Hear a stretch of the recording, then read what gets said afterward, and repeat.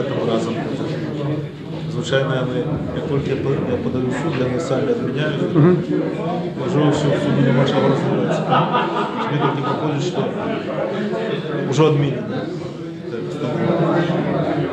А прошлым разом цілий місяць тримали. Нічого не було.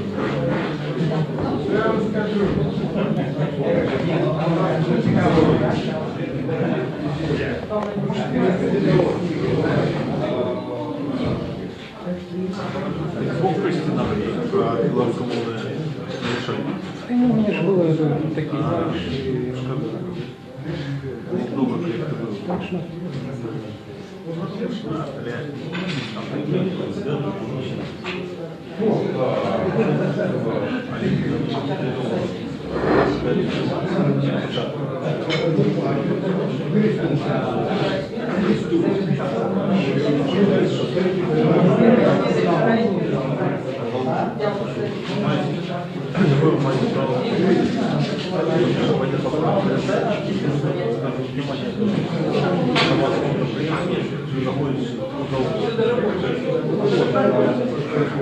Ну, коли вы не будете расположить, вот я умру.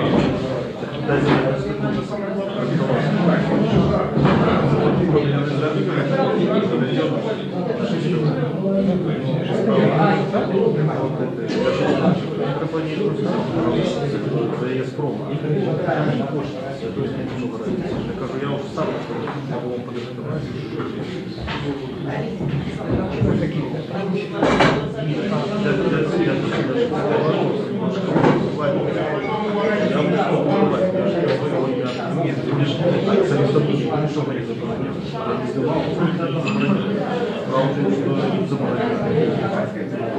Это требует одразу ставить на место.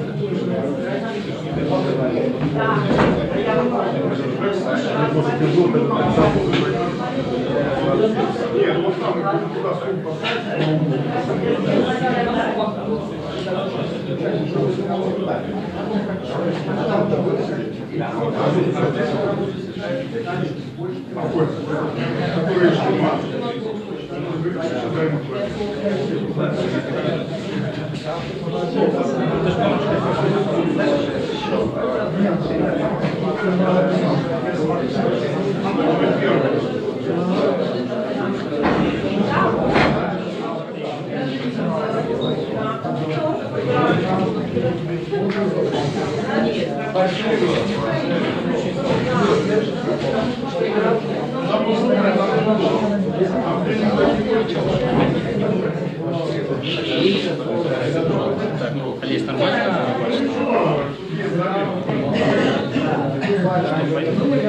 Я, наверное, даже первый ряд.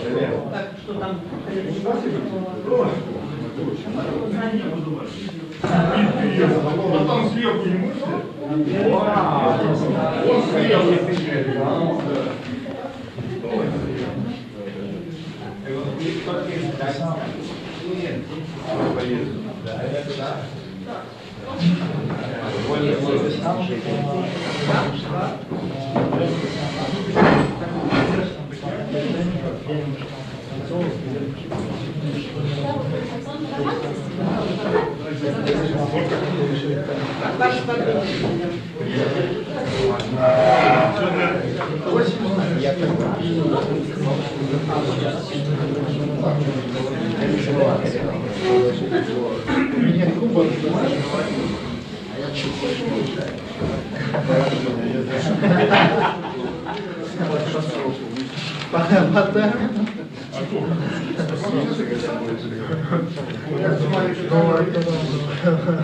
Так, дорогие друзья, кто еще пьет чай, кушает печенье, попрошу всех потихонечку занимать свои места. Будем постепенно начинать. Буквально минутка еще, чтобы вам вернуться на свободное стулья.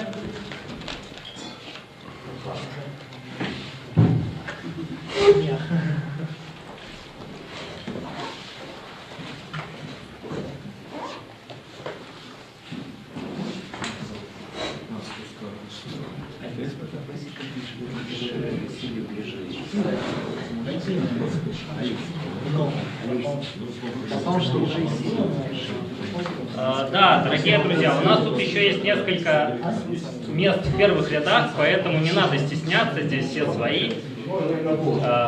Можно присесть поближе.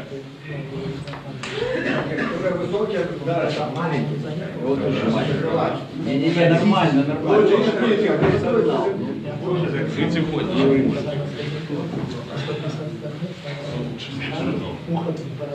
Так, ну что ж, добрый вечер, дорогие друзья, будем постепенно начинать. Приветствую вас всех на сегодняшнем ток-шоу «Живет Беларусь по понятиям или же по законам». Почему белорусы так ценят тюремную культуру? Меня зовут Саша Райкон.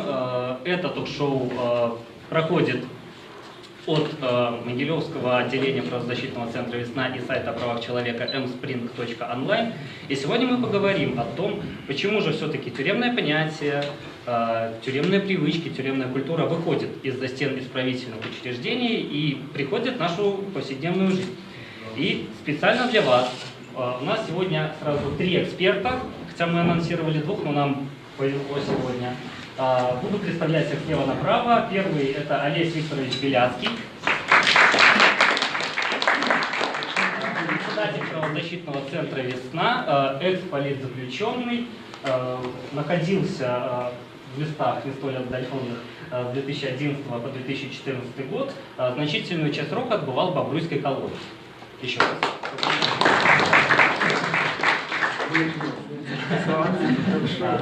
Второй наш эксперт Евгений Васькович, общественный активист, журналист. Также в 2011 году был приговорен к заключению, но, получается, отбывал наказание до 2015 года, причем весь его срок, насколько я помню, прошел в Могилеве. Сначала в Могилевской колонии номер 15, а затем в Могилевской тюрьме номер 4. Еще раз поприветствуем. Гость. Мы его не анонсировали специально, потому что не знали, получится у него или нет, но между тем это крайне интересный человек. Его зовут Артур. Я думаю, что лучше, если будем так обращаться. Вот такие вот даже у нас сегодня фокусы. И он провел 15 лет в исправительных учреждениях. Скажем так, он непростой человек. Свою позицию. Перед тем, как мы начнем, непосредственно перейдем к дискуссии, хочу напомнить вам о нескольких правилах.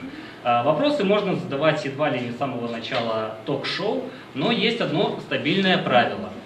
Человек, который хочет задать свой вопрос, должен поднять руку. Я вижу эту руку и прошу того человека, который ее первый поднял, вопрос задать.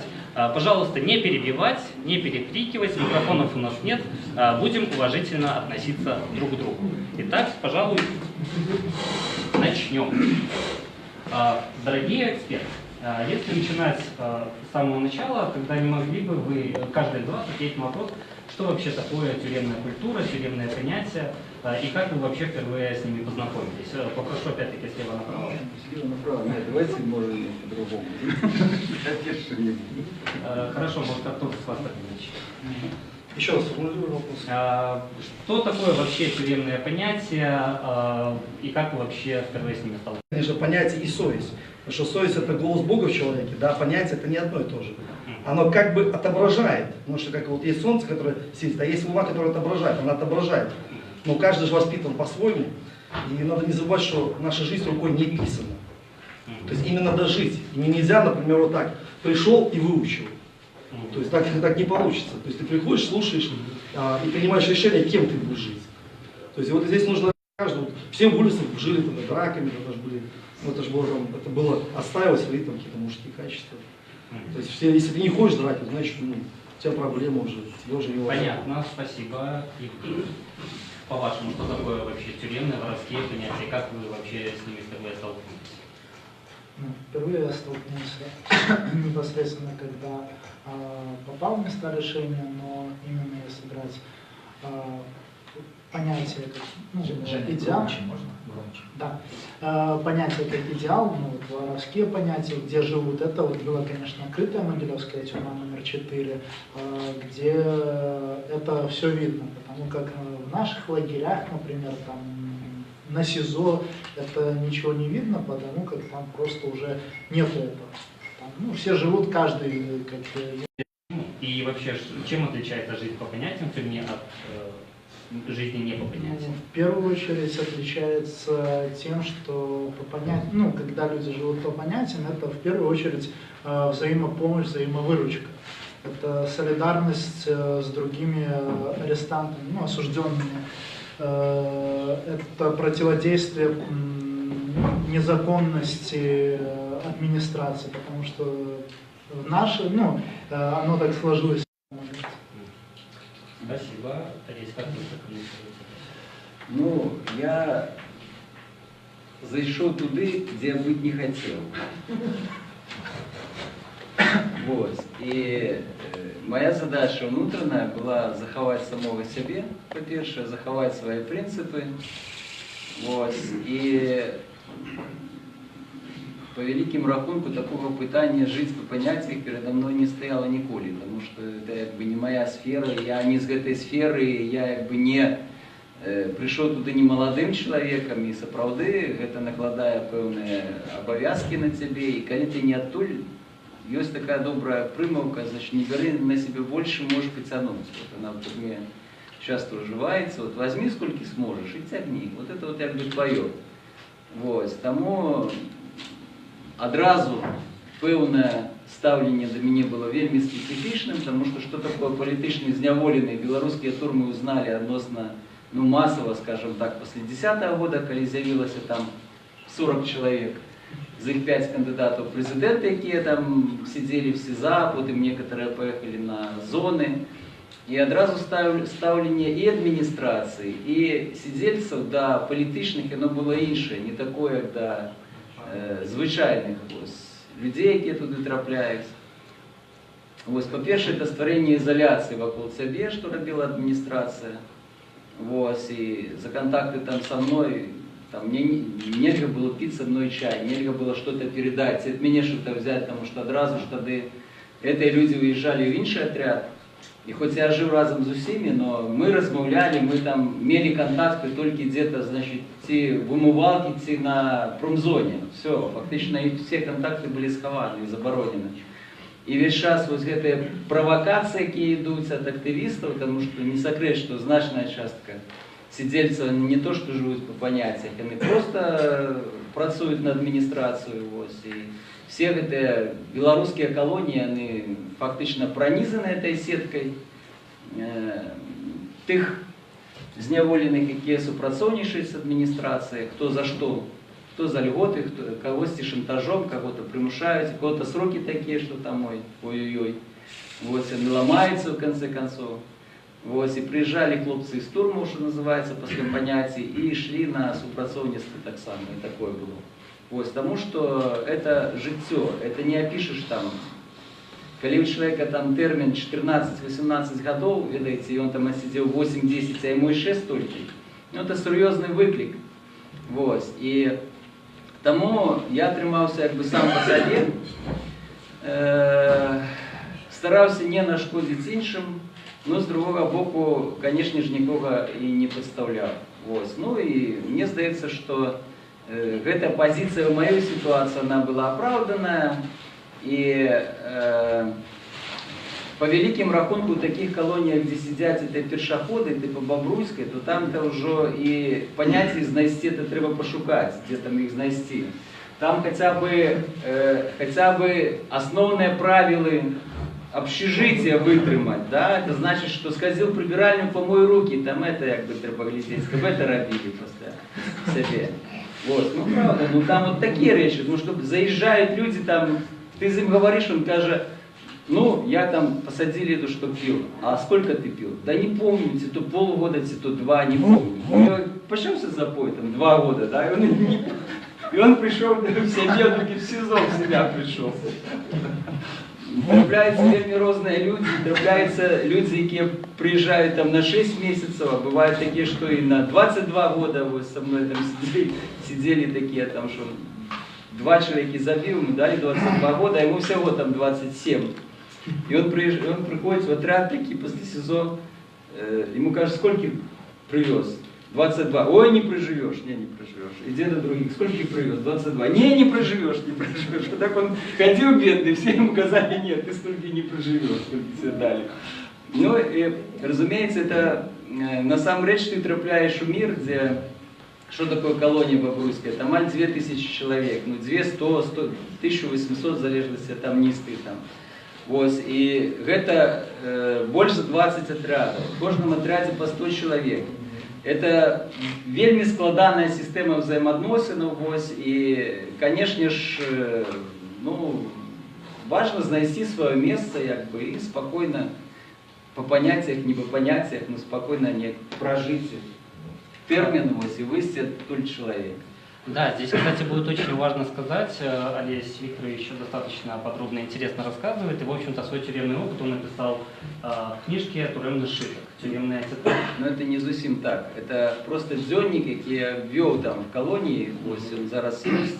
Это просто дзённик, это дзённиковые записи, які я вел на неких листочках и засовывал в свои іншие паперы, потому что просто вести дзённик там было немагчыма, зразумела, что паперы это переглядали ось час от часу оперативники, но у меня был вельми кепский почерк, я там что-то коротил, что-то сокращал, ось рассовывал это по разных листочках, и коли вышел, собрал это в кучу, но отрымался такий дзённик, за 3 годы, ось то, что было, ось. Ну, это отрымалась такая книга, что называется «С места событий», да, одразу по горячих следах.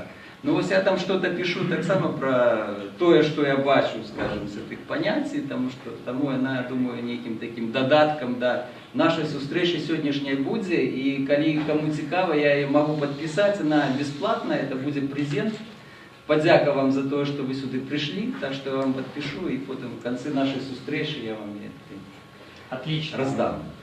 Хорошо, я вот хочу задать такой, ну, наверное, немножко провокативный вопрос. Насколько я знаю, когда человек попадает в исправительное учреждение, он обязан подписывать определенный документ, в котором он обязывается там, выполнять, там, как, ну, не приказы, требования администрации, не нарушать режим содержания. Насколько я знаю, что человек, который подписывает эту бумагу, он автоматически уже как бы не может жить по понятиям. Но при этом, если ты эту бумагу подписываешь, ты тогда должен вот все, что администрация от тебя требует, выполнять. А вот вы сами подписывали эту бумагу? И если как бы да, то почему? Если нет, то почему? Не, я нет, конечно, что я блокировался слегка. А почему? Ну это план. Ну ты же твой выбор. Почему? Каждый человек имеет право выбирать. Один хочет, он, например, ну зачем политику, например, блокировать? Ну он вообще ничему. То есть его вообще никто не... Он может иметь право, да? Но то, что он подписал, не подписал, оно не меняется отношение. Он все равно мы его воспринимаем как мужика. То есть если он бросит администрацию, он уже с нами. То есть мы не отталкиваем людей. То есть, соответственно, если подписал бумаги, все, у тебя проблемы. То есть, ну это я так упрощенно буду говорить, потому что если я там начну, ну, будет неудобовразумительно вам понимать, не сможете влагать в уши свои.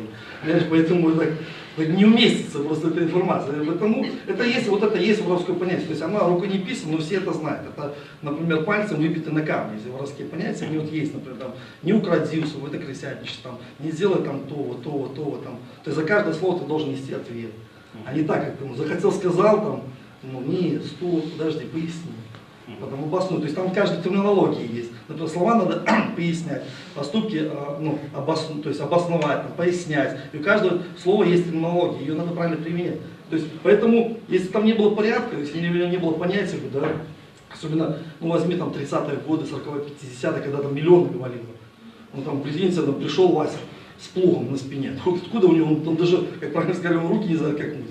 Если ему понятия не иначе, входить ему вообще, он даже не знает, как в хату зайти. То есть, если ему не начнешь, там гвозди забивается, там, как называется, слова мудрого, как иглы, как в биде гвозди. Ему иди сюда и начинаешь ему вбивать, потому что он не воспитан, он не культурный, он такой не обтесанный. Но это же не значит, что он плохой человек. То есть у него тоже есть судьба, своя семья, он имеет право на жизнь. Но ему здесь говорим, вот так. А вот если человек подписывает эту бумагу, его как воспринимают? Нет, ты смотри, то есть здесь нету такого, это его право. Здесь вопрос другой. Смотри, есть подписанные бумаги, а есть завхозы. Вот это почему говорят так, там рогатые, да, там, ну, упрощенные козлы, рогатые, там. То есть это здесь другое. Это те сотрудничают уже с администрацией, это уже плохо. А человек подписал бумаги, он хочет поудовывать, ну это же его право. Ты же не скажешь, нет, ты иди блатуй, так он не выглядит все равно. Потом ему через неделю дадут по ушам. То есть, ну, он же должен соответствовать. Поэтому здесь ничего такого зазорного как бы нету. Как бы здесь человеку никто не предъявит за это. Но если вот он блатовал, а потом подписал, тогда иди. Ну, это же встань называется. Евгений, Олесь, мы подписывали. Не, я не А, вы не подписывали? У меня была цікава ситуация с этими паперами, потому что я не подписывал. Мне принесли, ну там текст билиберда, значит. Там что? Там первая, значит, частка этого текста, я его на память не помню, на жаль, не переписал. Что ты признаешь свою вину, ты признаешь, ты щиро признаешь свою вину, значит, а потом уже ты виконуєш правила внутреннего Есть порядка. такие аркушоши, два скази, ну, 15. Есть такие аркушоши, два скази, там, виконувати законне патрулювання адміністрації, не порушать режим утримання. Ось, ну, такі. Ну вот Бобруйскую она побольше, и коли раздали эту все паперы, я сказал, слушайте, я в суде вину не признал, я тут буду вину признаваться. Вот я вам напишу паперу, где я готов выполнять правила внутреннего распорядка. Я вот пишу расчете, что у вас была форма была. И я написал в эту паперу, вот свою от руки, я готов выполнять правила внутреннего распорядка. Подпись, кровка. Ну, подписал. Вроде бы подписал, не подписал, не знаю. Не та форма, что по Бобруйску. Ну, реште, это не так важно. Важно то, что поглядел начальник карантина, пошел, посоветовался, пришел, забирай. Отдали мне эту бумагу назад. И все. Таким чином отримал. Но тем не меньше, как бы, после карантина подняли в отряд, зону запустили, потому что тех, кто не подписывал паперы, их не запускали в отряды, их одразу, так сказать, особенно. И они в колонии Бобруйской, не ведаете, были такие волки. Вот мы здесь разговариваем, и я, в принципе, ну, начинаю замечать уже достаточно давно, что активно используется так называемая финка. Ну, конечно, не в самом широком смысле, но какие-то слова определенные проскакивают. По поводу, что такое карантин, вот здесь там прозвучало слово блат и вот прочее. Вот в это упрощенно сказать, там у нас же называется порядочный арестант, там бродяга, там босяк, там, ну это я просто говорю блатной, так в упрощенной форме, потому что если вам, ну, там же терминов много, мужик некрасовский, лом подпоясанный, там формулировок, мужичок, там придумывают там уже. И, например, в Беларуси одно может, в России будет другое, ты приходишь там то же самое, или, например, в старые времена это называлось одно, фраерок, а сейчас уже другое. Ну, то есть времена же меняются, надо смотреть в данное время. Потому что у меня есть старые слова, допустим, а есть свежие уже. Сейчас уже, ну, можно сказать, порядочный арестант, можно сказать, бродяга, босяк, и там, ну, это одно и то же будет. И, например, там стремяга, там положение, там вор. Каждое значение имеет, ну, то есть это как бы, вот это люди, которые живут воровскими понятиями. То есть они уже обозначают, потому что кто свидетельствует за тебя? Ты сначала свидетельствуешь, а потом уже про тебя пробивают, соответствуешь ты или нет. Вот, например, я всегда считал себя губернатором острова Борнео. Но меня что-то не принимают. Мое просто кроме мамы. То есть это, что ты назовешь, это еще не значит. А вы в обычной жизни используете, например, там в семьях какие-то подобные слова, там, на работе, еще где-нибудь, вот, если использую, то не замечаю, но просто в семье, ну, где применительно к чему, я даже не знаю. Ну вот можно просто входить, например, домой и говорить вечер в хату. Нет, зачем? Братва. Чаек по дворе. Ні, гэта лексика наш приміняльна до певної ситуації, до певної якби атмосфери. Ти не вживаєш, это просто неправильно. Ты же дома не будешь там ложек, кровать называть школой. А в зоне так само ты ее кровать не назовешь. Это не кровать. Это назовешь школу. Весло, подай весло. Слова, які мають прив'язку до конкретної ситуації, атмосфери, вот непосредственно, да. И тогда вот следующий вопрос, исходя из этого. Я, например, очень часто слышу, особенно по вечерам пятницы, когда едешь в транспорте, вот какие-нибудь мужики там могут просто, ну, такой лексикой спокойно выражаться, там и мусора, и петух, и совершенно разные вот выражения. При этом, если человек не сидел, насколько у него вот вообще есть право использовать это понятие? И почему вообще не используется? Нет, кто ему может запрещать? Пользоваться. А ты знаешь, как мое варенье, хочу ем, хочу плаценту. Мы же вето не наложили на свой жаргон. Понимаешь, морской аргон хочешь, пользуйся. Главное, чтобы оно соответствовало. Если вот человек говорит, он петух, а он не петух, ну понятно, что он сверкнул афинкой, прощай, Маринка. И все, с утра проснется, кипяточек брать будет, и все. Понимаешь, что жизнь разделилась на доме. Хорошо, я просто тогда уточню вопрос. Вот, очень много людей не сидело, вот откуда они вообще могли понахвататься? Окружение. Они Союзе. там же менты, воины, бандиты, ограбления, там же фени везде. А по телевизору показывают, ну, правду вообще вот про... Нет, они вот я смотрел, нет, очень много именно берется. Ну, ты же пойми, что зона зонирования, вот, например, он сидел на 15, там на двойке, а на других лагерях, они вот даже разные лагеря, допустим, ну, разные устои. То есть понятия общие, они одинаковые, понятия, а люди же разные. Быт и администрация разная. Одна красная, как пожарная машина, у нее там только черная асфальт и земля, да? А другая черная, то есть разные, и по-разному будешь сидеть. Вот здесь надо будет, наверное, объяснить. Красная зона, это, я так понимаю, та, которая... Ну там, считаешь, не смотрящих нет никого нет. Да, ну то есть та, которая полностью под администрацией, черная зона. Это в зв'язку з этим в Бобруйску так само заходит начальник колонии, значит, и каже: Беляцкий, ты знаешь, в какую ты зону попал? Я кажу, нет. Да у нас тут по белому застилают. Я кажу, а как это? Погляди. Ну и все ложки засланы, значит, простынями наверх. Это называется по белому. Я кажу, красная колония. Не знаю, як других там, як у вас. Не, у нас застилали, але я одразу вже був порушальником. Дозволял себе спать, меня за сон у день не чапали. У меня были другие причины, по яких можно было шапать. Тому в этом плане. Потом, когда я вернулся уже у 14-м году, уже прошло. Хорошо. Где вы были? 15-й колонии. 15-й, одразу як заехал у 11-м году, я был у 10-м отраде, оттуда я в Крытую поехал. Пасля, я коли приехал, после Крытой я у 13-й отраде. Ну, та же самая локалка, только на 12-м не были. Что? 12-м не были. Ну, вы поняли, о чем я говорю. Попрошу, если вы задаете вопрос, поднимать руку. Я там проживал 4 года в этой колонии, 15-й. Мастер производственное обучение, одно занятие обучал вашу интеллигент, поэтому кое-что ведаю. Так а вы поясните, а что вы именно... Я працевал там 4 года в этой колонии. У нас в каждой колонии положено быть ПТУ для того, чтобы мог получить человек профессию, трудовой стаж. И вот те, кто обучался там и ушел в трудовой стаж, неудобно было пройти.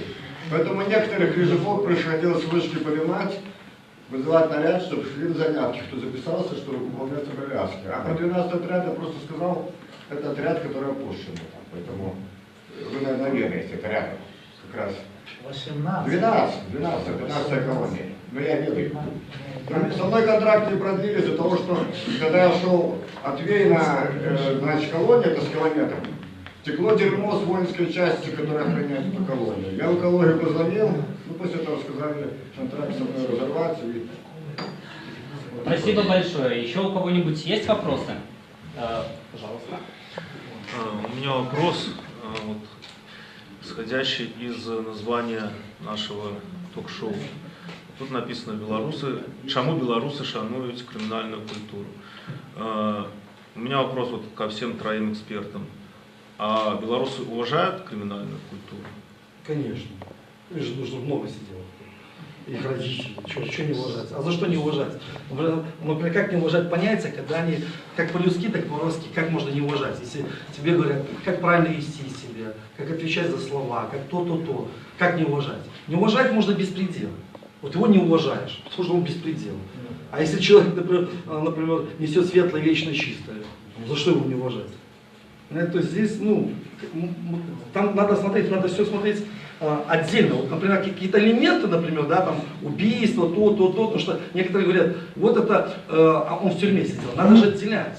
Например, никто же это не говорит, что это хорошо. Но смотрите, любая идеология, да, сегодня он вор, завтра может быть не вор, сегодня он блатной, может быть не вор. Это же человек, но не идея. Мы же сейчас говорим за идеологию, правильно? А идеология несет светлое, вечное, чистое. То есть за чего ее не уважать? А если люди искажают ее определенно, даже будучи живущие по понятиям, да, это вопрос уже к этим людям. Правильно понимаю, вот, ну, из вашего, да, ответа, что уголовная культура несет что-то светлое, вечное, чистое. Спасибо. Я могу, между прочим, Секунду, пожалуйста. Позже. У нас еще пока действительно, выступает ведут эксперт. себя очень хорошо. Уважаемый молодой человек в зеленой кепке, пожалуйста, присядьте. Просто хотел сказать еще такой момент, почему, ну, самая, наверное, главная причина, почему вообще культура и философия понятий очень прижилась вообще, ну, изначально в Союзе, даже вот те, кто шарик, эстафета, этот самый, почему прижилась эта культура и философия даже среди там чиновников, политиков и так далее, именно на постсоветском пространстве, ну тогда еще советское пространство. Самая главная причина, это опять же то, что я увидел, в том, что криминальный мир, русский криминальный мир, а если мы говорим о понятиях, это, ну, если более западным языком, русская мафия. Русская мафия, вот это вот все, неважно, Беларусь, Азербайджан, там, Россия, это все русская мафия. Так вот, самая главная суть, русская мафия не лезет в политику.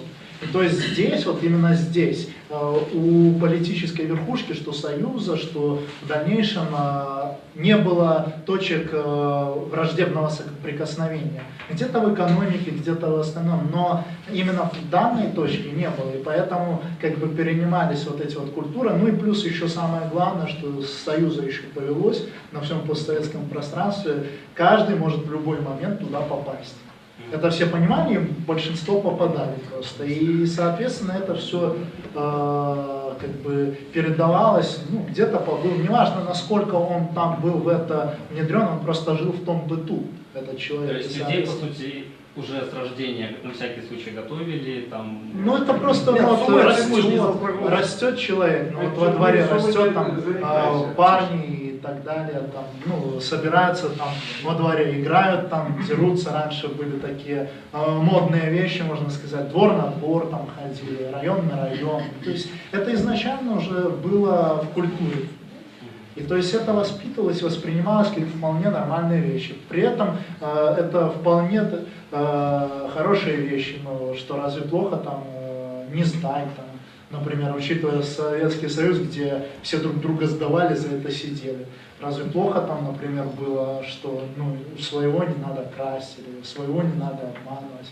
Ну, это же нормальные, обычные человеческие отношения друг с другом. Поэтому как бы на Западе, ну, в любом другом криминальном мире, в любой другой мафии такого нету. И, наверное, главная причина, почему этого нету ни у какой другой мафии, потому что только русская мафия заточена на то, что, ну, как вот в фильме говорится, твой дом тюрьма. То есть самое главное это то, что в тюрьме. И если взять, вот я читал, не помню, журналиста итальянского, расследование журналистское, там книга называется «Коза Ностра. Мафия двух континентов». Там берешь вот этих самых отъявленных жестоких гангстеров, мафиоза этих, которые там такие уже крутые, но только они попадают в тюрьму, все, они сразу ломаются. А для русского мафиоза это наоборот, ну то есть не то что престижно, это, можно сказать, начало его пути. Нет, начало его пути. То есть если ты не сидел, то, ну, скорее всего, ты вором не будешь. Вот, то есть это момент, который ты должен пройти, а для них нету такого. То есть я правильно понимаю, что вы, в принципе, поддерживаете идею того, что как бы, ну, это идеология, и она частично несет вот что-то доброе, вечное, чистое. Но если бы она не несла что-то хорошее, то она не могла распространиться даже в своем окружении. То есть это вот есть такое понятие, есть такое определение, как пресс-хата. Вот, где сидят, туда какие-нибудь качки, туда закидывают человека, они на него начинают психологически, физически воздействовать, там, бить его, унижать как-то, чтобы он, там, например, дал определенные показания. Так вот, в такой, не тот, кто туда попал, посторонний человек не сможет выжить и ничего оттуда не возьмет, он просто будет это воспринимать как сущий ад, не они между собой. То есть в любой момент, если они более-менее долго друг с другом будут находиться, они перессорятся и друг друга будут бить. Вот. Смысл в том, что если только отрицательное несет что-то, оно не приживется вообще никак. Оно просто умрет через какое-то время. Я вось бачу, што спадара лезь не згору. Не, мне просто цяжка меркаваць пра гэта, наколькі шырока грамадства падтрымлівае менавіта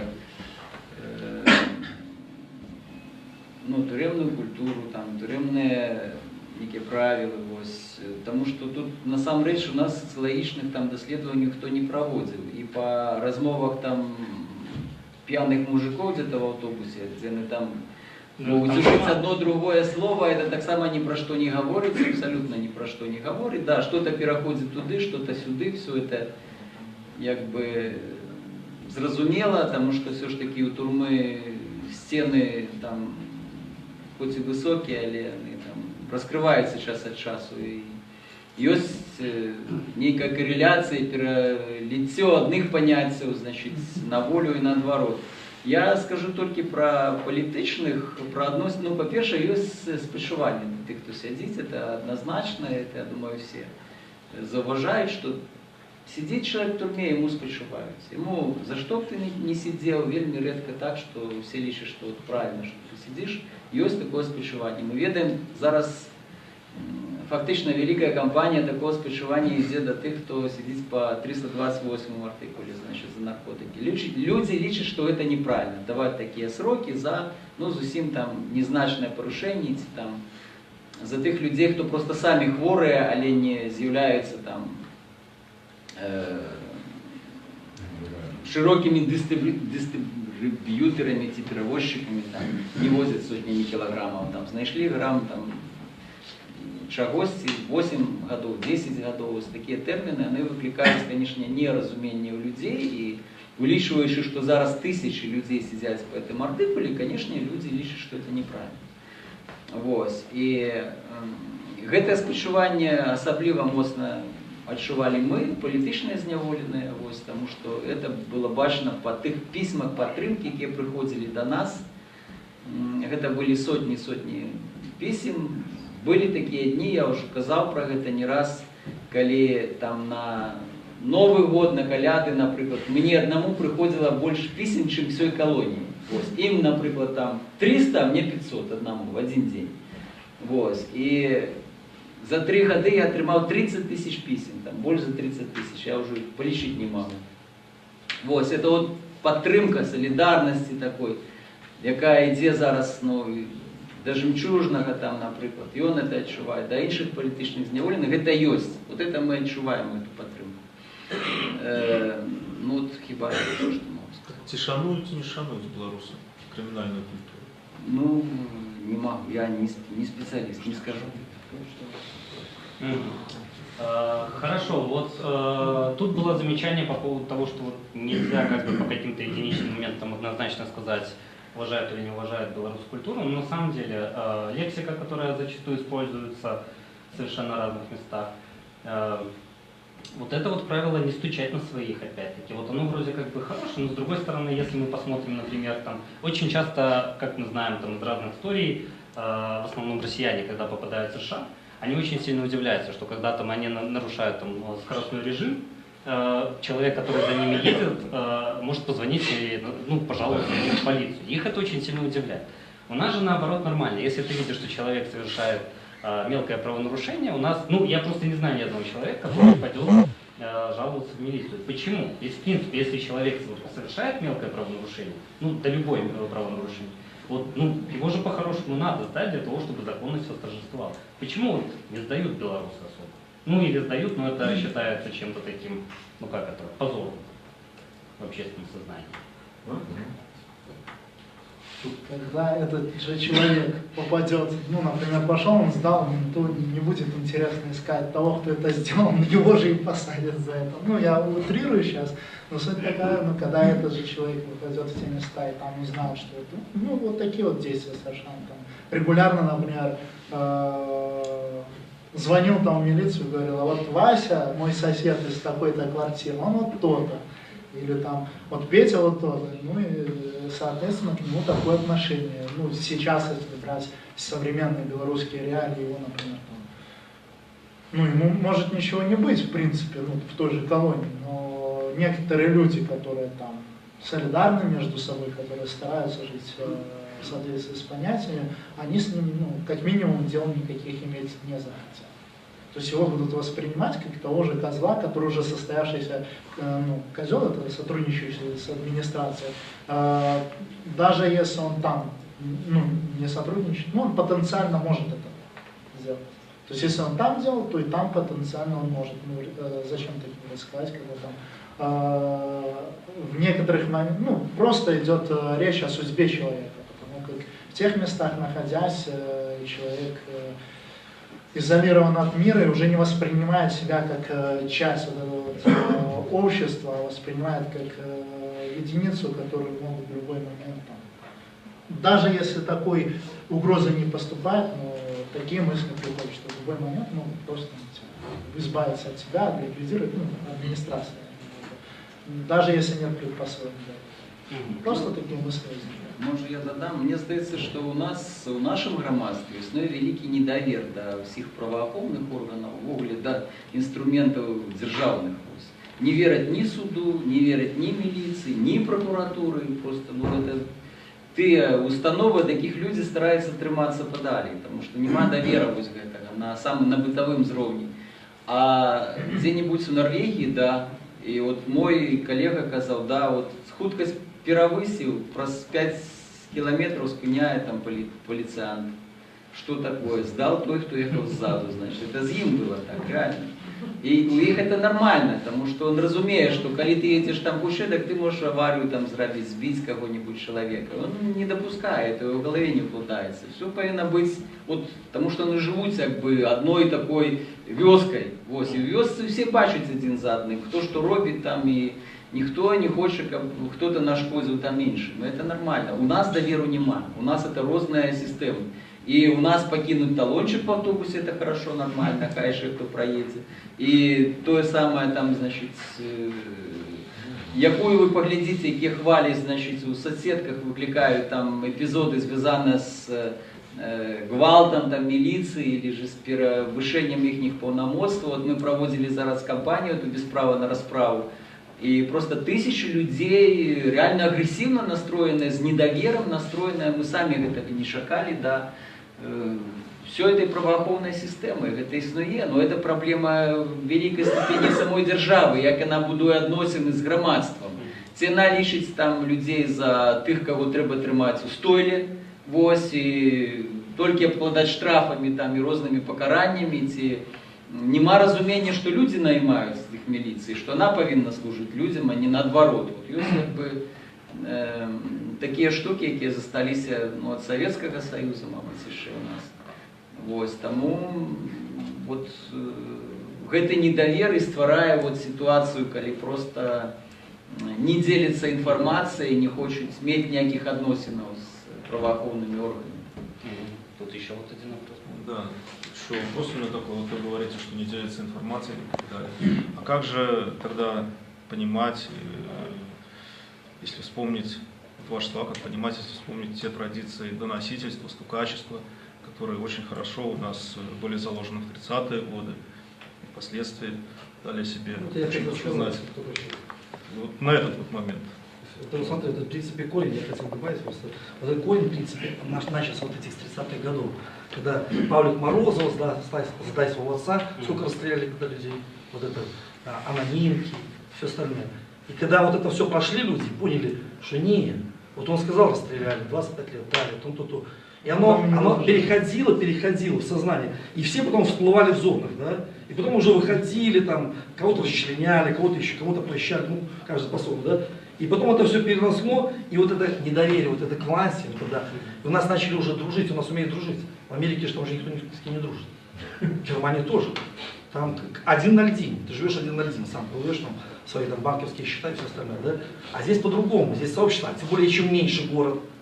Здесь как лесной пожар.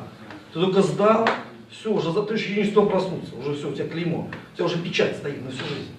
Понимаешь, она не отмывается, ни досей, ни порошком, ничем уже не отмоешь. Поэтому у нас менталитет другой, и в принципе я считаю, что это правильно. Потому что ничего в этом хорошего нету. Если хочешь поменять сознание человека, то надо это по-другому. Это не то, что он сдаст правонарушение. Что, и что дальше? Спасибо. У нас вопрос в зале. Не знаю, яке в нашій розмові ні, таке питання, що часом в громадстві серед звичайних людей. Люди розмовляють, украл государство, это нормально, украл человек, тоже хуже. Вот есть такая иерархия, это прослеживается в местах лишения свободы, нет. Вот в обществе такое есть, ты государство украл, ты молодец. Ну и не там есть и людей украл, у богатого украл тоже нормально. Здесь просто бабушки украл какой-то бизнес, конечно, тебе скажут, кого-то воруешь. Ну, конечно, ты же не имеешь права спросить с него. За то, что он украл, это его право, он за это сидит. Это, например, это не аморальный вопрос, это уже вопрос его воспитания. То есть мы не воспитателя, мы не учим, не перевоспитываем. Мы следим за тем, чтобы человек соблюдал норму морали, вот этих воровских укладов, устоев. А мы не воспитываем, это твоя жизнь, как хочешь, так распоряжайся, хочешь на рюкзаке качайся. Но если кому-то это не нравится, у тебя будет спрос. То есть ты должен жить так, чтобы другим не мешать. Вот живешь в камере, прикинь, там 10 человек. Вот, например, у меня была проблема одна, да? Вот только человек заходил, я вижу, что он сигареты уже враг номер один. И здесь 9 курит. Ну что, ну я же не могу им сказать, что не курите, ребята. Я же не могу сказать. То есть мне нужно смиряться. Я смиряюсь просто все, ну что Бог гордый противится, смиренным дает благодать. Все, смиряешься, воспринимаешь, что они такие. Или он наркоман, там, или он пьяница, что он. Это его образ жизни. Конечно, я могу обличать его совестью. Дабы не было с тобой чего хуже, я не показался легкой вечерней прогулкой. Обличить совестью и сотворить достойный плод покаяния. Но услышит ли он меня, понимаешь, вопрос. То есть, поэтому мы не воспитателя. Понятия, они же сделаны для того, чтобы общую мораль держать. Потому что, прикинь, во-первых, один 18 лет заехал, другой 70. У одного твердыня такая, а у другой мягкий еще вот мозг. Ему можно еще туда гвозди надо забивать уже. Понимаешь, то есть вот здесь нужно разграничить, это не армия. В армии все одинакового возраста. Здесь разные сословия, да, разное воспитание, прикинь, там эпоху. Один там еще Сталина видел и Ленина, да, а другой только еще нырнул туда. Понимаешь, и не глубоко. Понимаешь, то есть здесь надо понять систему, что она многогранная и люди разные. И поэтому эти нормы морали воровские, они придерживают, чтобы не было беспредела. И он выгоден всем. Он выгоден не только, кто живет понятиями, он выгоден и государству выгоден на какой-то период, пока нет беспредела. Когда начинаются перестрелки, все остальное понятно, это никому уже не выгодно. То есть, когда это уже не понятие, понимаешь, это уже беспредел. Вот надо разделять, здесь тонкий лед, и некоторые говорят, они по понятию, где стрелки, там и перестрелки. Нет, это уже немножко другое, понимаешь? Понятно, вот вопрос. У меня вопрос возник вот по применению понятия тюремных. Это в тюрьме, в местах лишения свободы. Как они могут применяться вне тюрьмы в правовом государстве? То же самое. А зачем?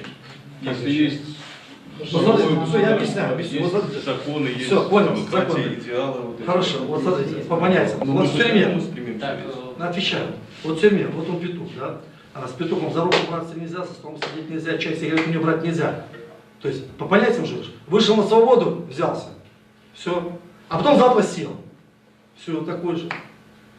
Все, пила на голову и все, пошел. по сути, Вот это такие только, случаи. да. Все, вот понятие, почему. Им надо нельзя. Смотри, понятие это не образ мысли, это образ жизни. Надо не путать, это не то, что я подумал, с гипертрофированным воображением. Я подумал, так, сегодня я по блату очень выгодно. А благоприятная обстановка, 90-е годы, да? А потом, опа, я переобулся, перепрыгнул в другие ботинки. Нет, это образ жизни, ты должен соответствовать везде. Понимаешь, в Америку ты поедешь, тоже будешь жить им. Просто вот в дополнение того, что это образ жизни, я хотел сказать, что жизнь-то одна, и, соответственно, если ты живешь там так, а здесь так, то это человек лицемер. Кому хочется с лицемером иметь какие-то общие дела? Неизвестно, что он тебе говорит там правду, неправду, неизвестно, что он о тебе думает, неизвестно, как он поступит в отношении тебя.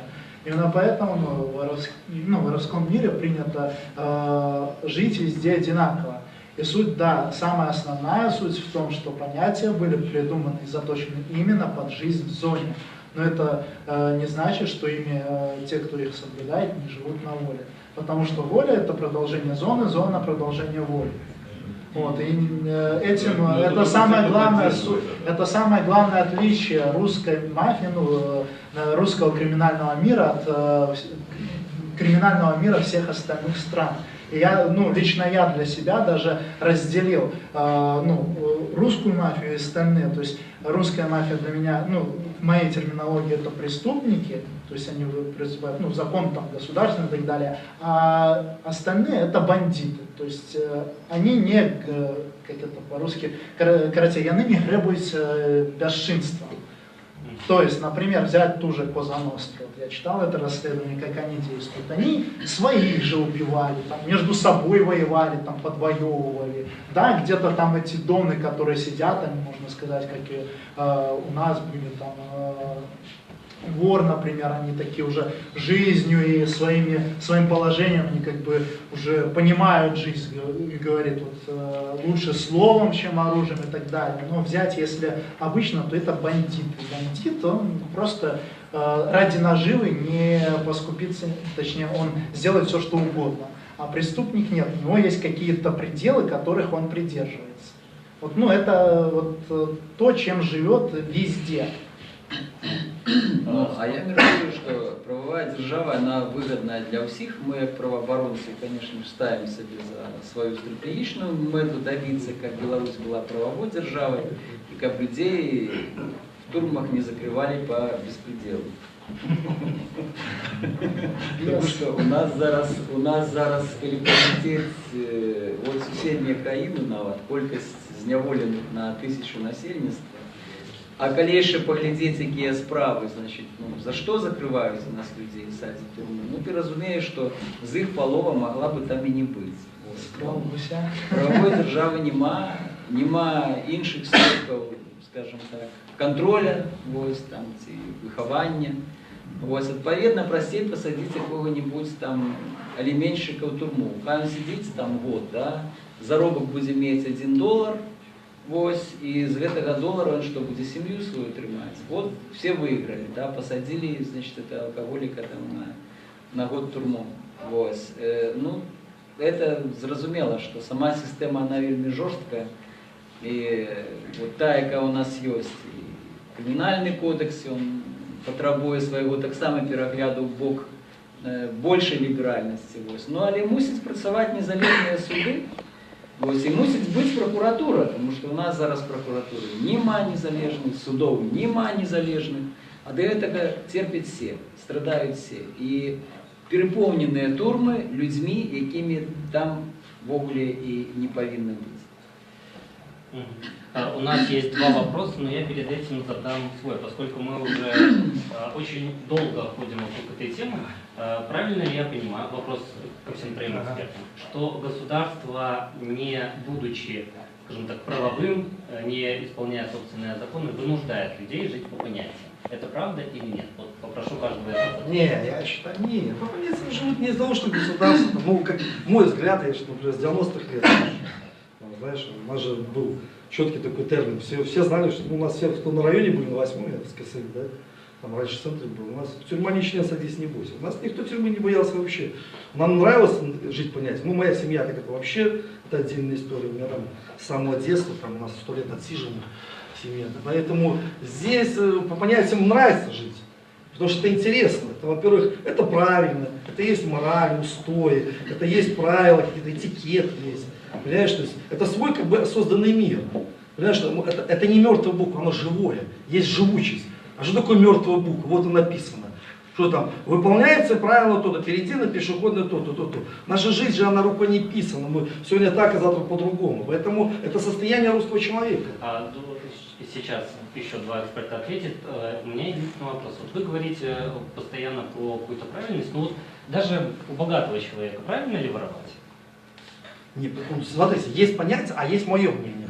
То есть, если мое мнение взять или по понятиям правильно, а мое мнение может и не, потому что я отталкиваюсь, например, от духовных знаний, потому что я основательный человек. Есть неосновательный это кто? Вот смотри, есть дерево, есть корень. Не дерево же держит корень, а корень дерева, правильно? Есть здание. А основа здания это фундамент, да? Есть человек. Основа человека что? Священное Писание, да? Если он не отталкивается от Священного Писания, он не основательный человек. То основательный человек говорит, красть нельзя ни у кого. А по понятиям можно. Потому что есть по совести, я говорю, надо разделить совесть и понятие. Здесь уже воспитание. То есть я не буду, у меня нет духа осуждения. Ну украл, мне сделали. Вот это твои вопросы. Ну, знаешь, он там, может быть, он и правильно украл, может, ему в назидание, может, он настолько алчностью покрылся, что Бог усмотрел, чтобы у него украли, чтобы немножко отрезвить его ум. То есть здесь же, я не буду говорить, это его кармические моменты. Здесь нужно правильно знать, что в духовном мире много тонко трудных вещей, их нужно правильно понимать. Многие сразу дух осуждения. Вот у нас он вообще летает. Не только дух осуждения, преступник, никто не ныряет глубоко, что его заставило, почему он пошел это сделал.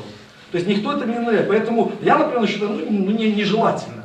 Нежелательно. Понимаешь? Лучше искать другие пути. Но если он пошел, то пошел. Я его осуждать не буду.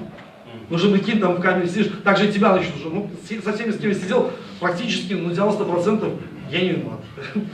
Вот он рассказывает, я вижу, что он уже виноват, он не виноват. Я говорю, ты обольщенный человек. Вот я тебе сейчас скажу, ты мне все, что рассказал, и сынка, и папа погнали по этапу, ты уже должен пойти. Мне не надо, я ему, тебе лучше вот так позицию, лучше признаться, меньше дадут, потому что, ты борешься за что? Доказать, что ты чистый, как слеза Мадонны, или как поцелуй ребенка, или как девственная плева, или что ты хочешь доказать? Он жил всегда в пороках, жил неправильно, здесь он пытается суду доказать, и потом получается. Почему, например, вот правильно сказал, человек говорит, что несоразмерность есть. Понимаешь, не надо путать, например, незаконность и несоразмерность. Например, могли бы дать 3 года, дали 8. Это несоразмерно, но это не значит, что он не сделал преступление. Понимаешь, то есть вот по наркотикам я встречался, когда они там собирались под Николе, да. Вот по наркотикам, мамы там собирались, вот ни за что посадили. Подождите,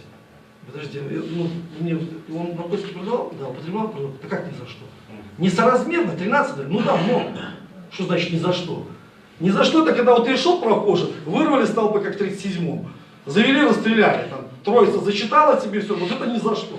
А здесь, то есть несоразмерность, здесь за это можно рубиться, да, они рубятся, они ходят, собираются, что много дали, там, 13 лет, 18 лет ему 13 дают, там, конечно, много, да, здесь, а там убил, там 6 лет дали, 7. То есть, как бы смотришь, 2 грамма там или 5 грамм продал, но это тоже хорошо говорить. Вот, например, я остановился на место президента, вот так стал, да, смотри, наркобизнес, это единственное, которое еще не могли побороть. Нигде не могут побороть. А как побороть? Вот так легко рассуждать, знаешь, на кухне, что это много там, вот он 3 года рубится, да, 3 года, мы же просматриваем, сколько там, 5-6 тысяч сидит. Уменьшается он все равно, остановить его вирус, представляешь, какой вирус? А, например, мы видим исходы какие, я же видел, как сидеть с наркоманом, это же тревожные люди.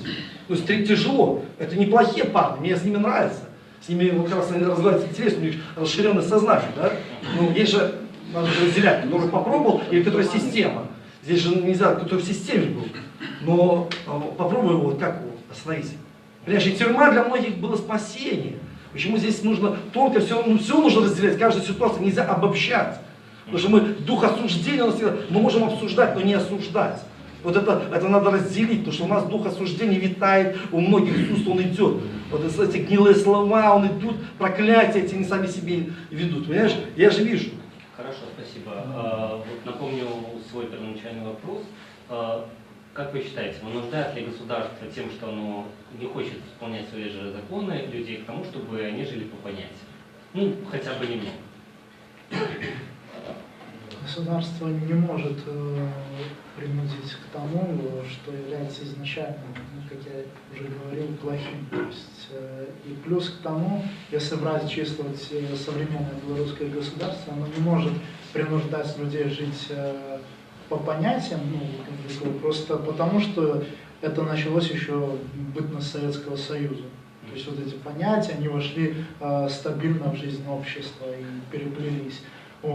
Плюс к тому, некоторый момент можно сказать, что если государство не хочет, чтобы эти понятия Причем по ним же многие из этих политических, политиков и чиновников сами же их понимают, живут и даже не замечают этого.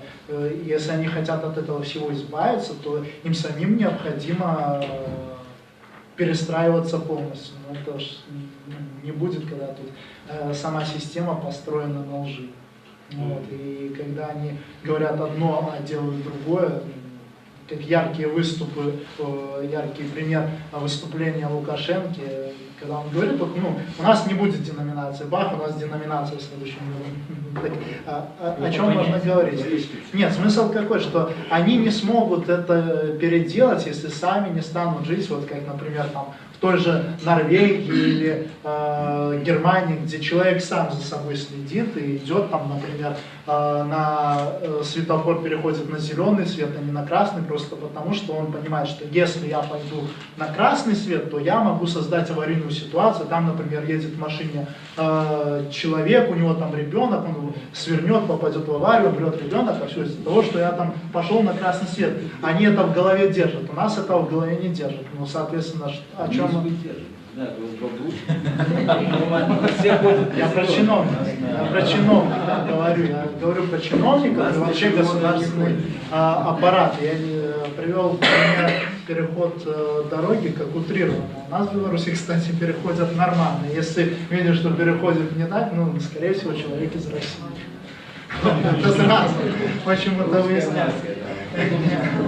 То есть смысл какой, что они, чиновничный аппарат, государственная власть не сможет это поменять просто по одной простой причине. Они сами не живут так, на что они хотят поменять. Все сказали.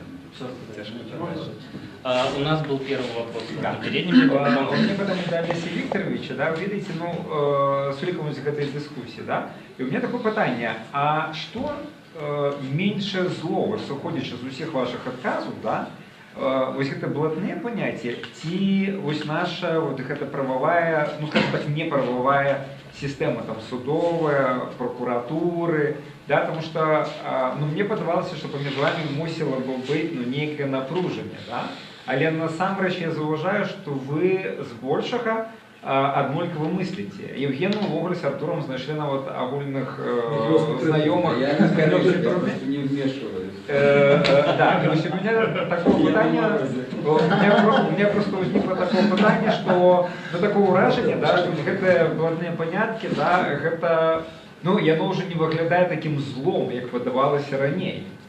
Да? А ось гэта наша судовая тады сістэма, атрымліваецца, што блатныя паняткі гэта выратаванне нейкае для грамадства? Для грамадства то, мабуть, не. І грамадство все ж таки не живе в блатных понятиях, я так думаю, бо яно датычыцца даволі все ж таки невялікай вузкай групы людзей. Вузкай, даволі вузкай. Ось. І для іх это важно, і это ёсць. Насамрэч, калі мы кажам пра месцазняволення, калі ёсць нейкія правілы, я тут цалкам згодны, тады лягчэй жыць усім. Вот ты ведаешь, что это твое место, и на его никто не сядет там. Ты ведаешь, что там твоих полтумбочки, и туда ты покладешь шоколадку, и тебя никто не заберет. Она у тебя не закрыта, она у тебя месяц будет лежать. Это речь, яка просто дозволяет всім простей жить ось у таких скучених умовах. Тут же ще зрозумієте, що наші турми це ж не в Швеції, що там кожен має свою камеру, и хаты это назвать нельзя. Я был в шведских турмах, да, я был в шведском сезоне экскурсии, нас водили, это нормальный отель, гостиница трехзорочная, где кожный мае там свой компьютер, яны выходят на агульный коридор с 9 до 17, потом яны у себе там, я подыхожу, кухня, готовить кухню, пирожные кипятку, там, значит, стоят два таких хлопца здоровых, потлаты ободва, в джинсах, и говорят между собой, на колках такие здоровые, а мы такие подыходим, да, нам кажут, вот это вот надзиратель, а это тот, кто сидит. Мы стоим, кто за кто. І от один пирог пече, тому що його є час, ну, другий прийшов з ним поговорити. От вони стоять, розмовляють. Ну там зовсім інші якби, відносини поміж людьми. І по ідеї, коли б у нас не було ось такого ну, скотских відносин до людей в турмах, ось, коли б вони були хоч трошку більш нормальні, то багато проблем би возникало з цими поняттями, тому що вони вживаються там, де у чоловіка мало простору і треба порядок. І от багато різних людей, з якими ти просто не ведаєш, що він тебе може да, викинути там, на завтра, так сказати. Ось. Тому это, я тут згодний, що це облегчає життя у державі, ну, конечно, що тут інше все ж таки правила, поводзины, і коли є вот эти понятия правовые, то, конечно, тогда все працує більш-менш нормально, тому що ти ведаєш, що ты оборонены, что у тебя есть там суд, куда ты можешь вернуться, и он нормально поглядит, не будет глядеть, кто там, супротив кого ты судишься, супротив начальника, супротив державы, там, и он будет выбирать некую правду. И это вельми моцно отчувається, вот это отчувание свободы, бо я со своим коллегом-правооборонцем размовлял з Естонии, и он каже, ну что, нам кепсько жить, там зарплаты малые, сколько у вас? Ну там 1500 евро, малые зарплаты. Я кажу, ну да, конечно, кепсько жить. Повсюду. Особливо кепсько жить норвежцам, у яких там по 5000 евро зарплата. Все скаржатся, всем кепсько жить. Он каже, ну одно у нас нормально, это то, что у нас суды справедливые. Вот это точно. Вот я иду в суд, и я не боюсь, что меня там засудят, потому что у них как бы, они докладно справедливые все. У нас гэтага нема. И, конечно, в этом головная проблема, что по великим рахунку про это уже писалось, и я про это казал не один раз, что сама Беларусь, она нагадывала такую великую турму. Тут трошку больше как бы, свободы, конечно, нема такого контроля, как в турме. Но по идее, и хапая всего, и беспредела, и вот гэтага беззаконня, якое есть от администрации там, это отчувається, потому что это фактично великая такая здоровая турма. Вот. И гэта як бы основная проблема, з якою ми сутикаємося, і ти свободний тут до певного моменту, а потім глядиш справді, що з этой великой можеш потрапити в меншу, там, от сумой тюрьмы никто не зарекался. Еще один вопрос. Я хочу как раз этот сленг тюремный, правоохранительный. Ровно 12 лет назад, после разгона первой площади, нашего лидера, одного из активистов, Силкова, забрали в милицию. Я за ним прибежал. Сижу, а он в аквариуме, и там где-то, ну, уже ремень, шнурки, все уже выложено на стол. Выбегает капитан, который раньше когда-то был у меня молодым специалистом, когда на заводе работал. Борис, привет, привет. Что ты здесь сидишь? Я говорю, да вы нашего задержали. Вопрос, как задержали? По беспределу? Уже у них сленг, как задержали по беспределу, момент у меня спрашивают. Ну, о чем здесь говорить? Что у них Спасибо. уже этот сленг применяется. И, кстати, в связи с этим вопрос. На самом деле, даже по ситуации с политзаключенным Михаилом Жемчужным, для тех, кто не знает, Михаил Жемчужный – это один из правозащитников правозащитного учреждения «Платформа», которого осудили на 6 лет там, по подозрению в том, что он едва ли не шпионил там, в честь Польши и там, всех остальных. Вот, и его администрация Горецкой колонии, номер 9, если я не ошибаюсь, там номер, прессует таким образом, что его постоянно хотят направить за любое правонарушение в 13-й, если я не ошибаюсь, отряд. Так называемым... Ну, да. Да, шерстяной отряд, так называемый. Вот, так вот, собственно говоря, вопрос, почему администрация тюрем, колоний, которая должна, по идее, бороться с тюремной культурой и с тюремными понятиями, вообще сама пользуется, и причем пользуется активно достаточно, на ваш взгляд. Давайте с вас, Алексей Петрович, начнем. Но что я хотел сказать? Почему администрация тюрем и колоний... Потому что это им выгодно, они это используют. Так, это же, в принципе, противоречит друг другу, что если у заключенных есть какие-то свои правила, с ними, наверное, по идее, надо бороться. Зачем администрация... Да им это выгодно, они вельми задоволены, что это есть. Наш начальник отряда казал, вот не было бы там Петровны, так а кто туалеты мыл? Так и с Петровна туалеты помыли. Он задоволен, им всем выгодно. А другим экспертам есть что сказать? Просто если брать, всем важна стабильность, и администрации в том числе. Но вот есть понятие, люди по определенному живут. Вот нет понятий. Люди просто непонятно почему могут поссориться. То есть понятие регламентирует, что вот, как бы зайти там, не знаю, если брать камерную систему, зайти в хату и сказать, вы все пи и так далее, то как бы человек понимает, что ему будет за это сразу. Причем сразу же. Вот, то есть он так делать не будет. Соответственно, это уже меньше конфликтов. Там остальные, вот если брать моменты, там меньше для них головников каких-то. Ему не придется писать за день 10 отчетов, что у него там 20 зэков друг другу поразбивали головы, одному там глаз выкололи или еще что-то. То есть у людей есть уклад жизни, в соответствии с которым они живут. У них есть свои правила, которые они не нарушают, и при этом милиционеру не надо их учить самому этим правилам, не надо милиционеру думать о том, как бы эти правила, кто бы смотрел, чтобы они соблюдались, потому что в данном случае даже по сути, если так брать, не надо какой-то смотрящий или кто-то еще, чтобы был, например, в зоне, чтобы люди в быту жили в соответствии с понятиями, беру в быту. Вот, то есть, если приедешь там на пятнашку или на двойку, и все знают, что ты там будешь делать то-то, то-то, но будешь то-то. То есть, по сути, это как дополнительный вот этот вот свод правил. Им просто, просто их соблюдают осужденные сами, а так ему администрации придется какие-то самим доводить, навязывать. То есть им придется проводить работы гораздо больше. Он же хочет там домой пораньше уйти, поменьше работать. Вот. Как бы им в этом плане, да, как я сказал, это выгодно. Вам? Смотри, еще здесь такой важный момент. Ты же тоже популярен, жил в тюрьме, чтобы там никто-то не обольщался. Если они, то есть понятно, что они не живут в полноте. То есть если арестанты живут в полноте, допустим, да, там, то менты живут отчасти. То есть они изучают культуру нашу. Потому что он с петухом, он у него ничего не возьмет никогда. Он с ним не будет за руку здороваться. То есть там тоже, там все это правильно. Они почему изучают? Чтобы знать, кого с кем можно сажать, с кем можно, как разговаривать.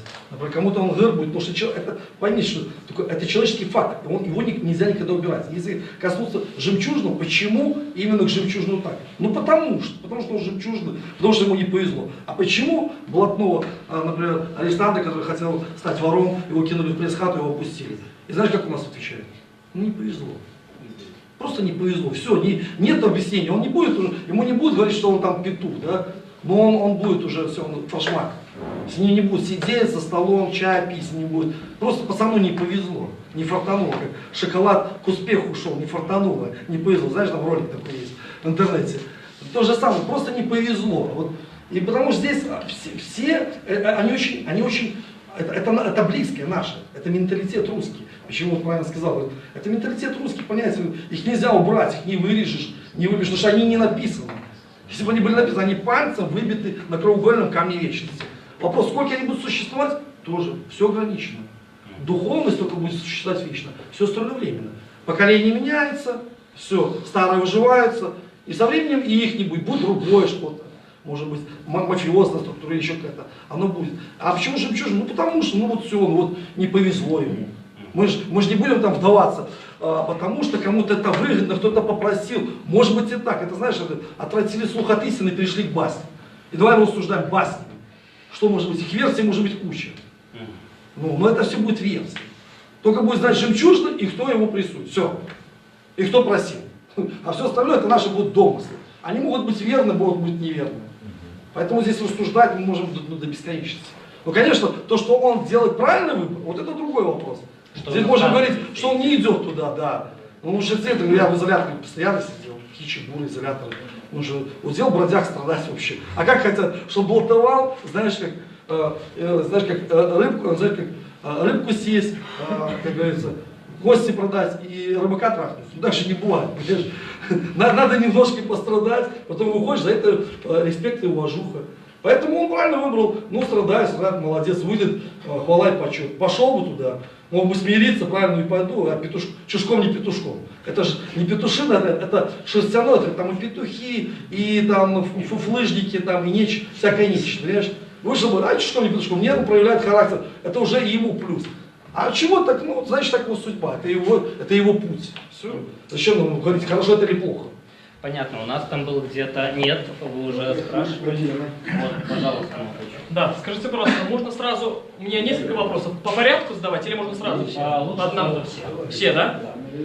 У меня вопрос для всех экспертов. Во-первых, первый вопрос. В вашем понимании сопоставимо ли понятие определения правил, понятий в противовес законам, воровским, преступным, криминальным? Это первый вопрос.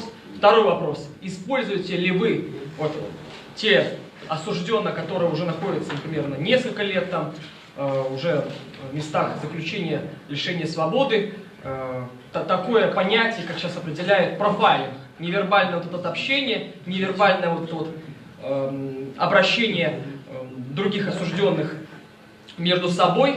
Определяете ли вы по этим вот понятиям самого человека? И последний вопрос. Скажите, пожалуйста, придя в место лишения свободы, отбыв там значительный срок наказания, и в том случае, если вас помещают, например, в помещение камерного типа, либо в ШИЗО, меняются ли люди при этом? Меняется ли понятие, меняется ли мышление? Вот то, которое вот вы об этом говорили. У кого-то? Да. Ну, это такой вопрос, он абстрактный. Если конечно, у кого-то меняется, кто-то посидел, так, посылку 30 килограмм решили. Свиданку не дадут с женой, нет, давай-ка я переобуюсь, перекрашусь.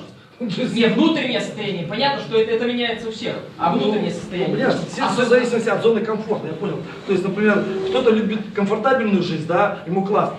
Передачка, мама, свиданка, жена, там, все шикарно, да.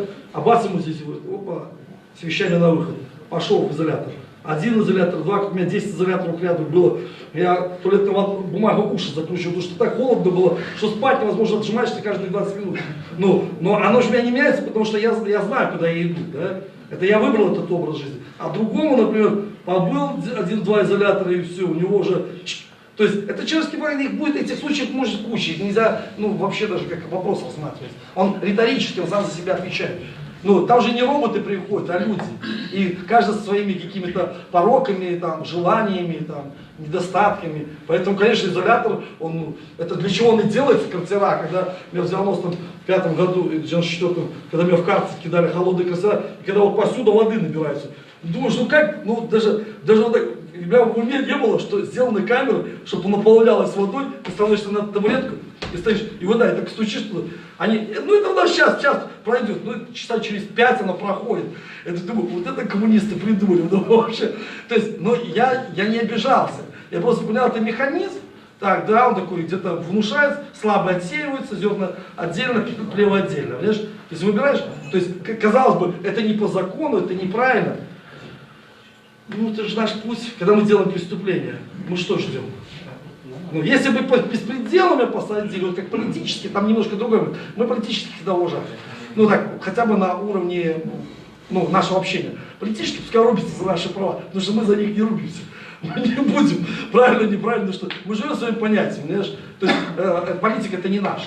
Это 100 лет, она никогда не нашим не было, мы туда не лезли, за это где-то нас, может быть, и не вдавливали в асфальт до конца. Потому что надо всегда, быть соразмерным и разумность. Каким оружием ты можешь воевать? Вот какое у заключенного оружие?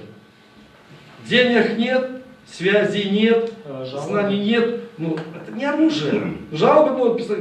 Чем ты воевать будешь? Даже мы собираемся, потому делали бунты, там, то. Это такие массовые, то есть мы могли, поэтому надо всегда сопоставлять, чтобы не падать при ходьбе, бери ношу по себе. Выгребешь, что до финиша дойдешь, будет ли результат. Потому что если несоразмерность, неразумность ходов, да, все пострадают, раскрутят всех, и дальше что? То есть, и потому политически они за нас уже там рубятся, понимаешь, оставят, потому что мы так не отставим, мы за свое будем рубиться. Понимаешь, то есть, что там есть, я не знаю, там 3 вопроса. По этому вопросу, ну, да, меняется. Я был в ШИЗО, я менялся. Для меня это было накрыто как бы облегчение, когда меня в 2012 году, там, в августе, вызывает отрядник после очередной течи и говорят, ну вот, поедешь в ШИЗО опять. Говорят, ну сейчас каждый месяц будешь ездить. Я, чего? Он, ну, показывает так вверх, ну ясно. Ну, ездил в ШИЗО, получается. Для меня это было облегчение в том плане, что вот я живу там, я ровно 2 года прожил в одной камере с практически одними и теми же людьми. Там все время с ними, нету никогда, что ты один. А тут бах, там съездил, чуть-чуть там отдохнул от окружения. То есть, ну, это быт, где ты не можешь от других людей просто отстраниться, чтобы где-то там дискутировали, где-то там на повышенных что-то было, ну, то есть где-то какие-то, ну, не ссорами это не назовешь, просто где-то что-то происходит, потому что все накапливается, там, разрядка такая, сидишь 10, 20, ну, 30, 30 редко было, в основном 10-20 суток. Вот, посидел, нормально, вернулся, рад всех видеть, всех, класс, пацаны, мужики.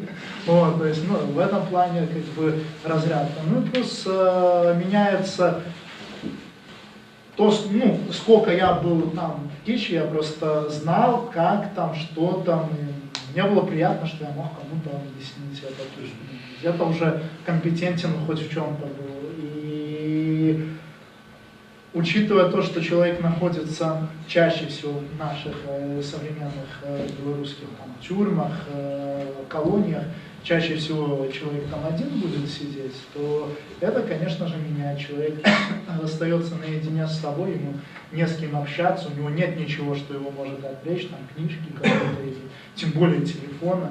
Вот, и, соответственно, человек имеет диалог с самим собой. И вот тут уже кто выдерживает, кто не выдерживает. Спасибо. Олесь. Ну, я, может быть, на одно питание откажу про это вербальное взаимоотносины. Там, конечно, все почуття обостраються, і психологічне, і вельми тяжко кому-нибудь сховаться, ну, показать себе неким іншим. Все равно це там проб'ють, а люди, які сидять довго, вони це роблять на вельми хутко. Ну, достатково день-два, там, і про тебе вже все, вже ведають, хто ти, якби, яке твоє місце і хто ти є. Ось, тому що там все вот на этих взаимоотносинах, на почуттях, на... Вот зустрілися, 10 секунд ты уже розумієш, що лепш до этого человека не подходит. І наоборот, що ти можеш на його покластися. Там.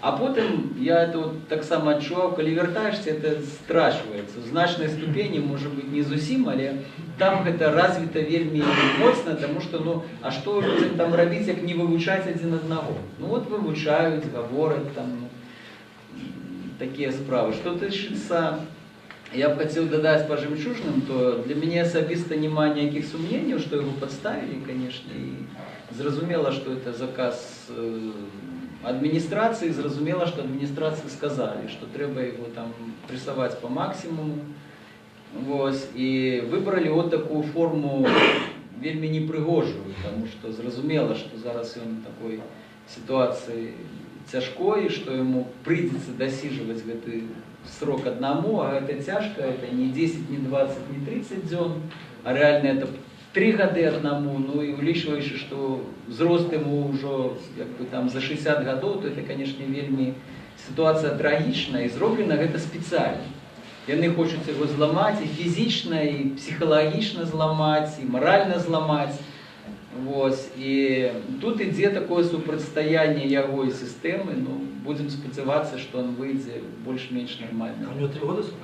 Форме. Ну, за 6,5. Даже 6,5, да.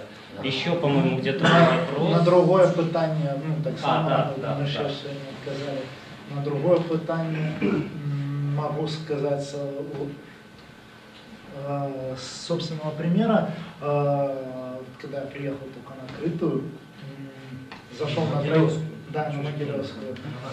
Когда я приехал, зашел на тройники, это карантин.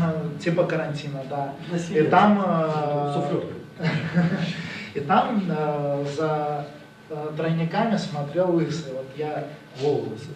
Да, Вова лысый. Сейчас можно закрыть. Но, в общем, такой был очень интересный момент. С первого... Я попрошу немножко пояснять просто. С первого момента, да, с первого момента, как я зашел в камеру, ну, там камера именно смотрящего была, то есть, ну, он там сидел, там сидели те, кто с ним, то есть соответствующего уровня люди, арестанты. Вот, и когда я зашел, ну вот и каждый раз, когда я к нему туда заходил, это бывали случаи, особенно учитывая, что я в ШИЗО сидел в общей сумме на, ну, за весь свой срок 4,5 года я 360 суток взял.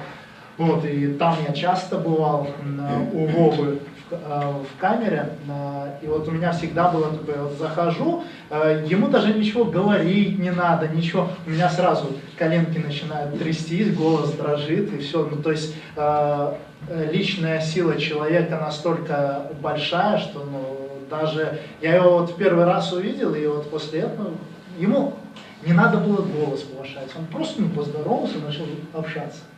Все, то есть человек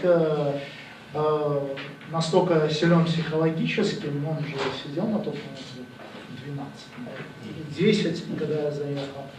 Вот, и по этой причине, как бы там, вот то, что Олесь говорил, это и правда так, даже людям не надо у кого-то выяснять, там люди настолько психологически подкованы, опять же, из моей ситуации. Вот мы 2 года жили одним и тем же контингентом в одной камере. То есть мы там настолько изучаешь людей, что уже даже ну, освободившись, ну, понимаешь, вот, о чем этот человек говорит, что этот хочет сказать, что этот человек скрывает. Там.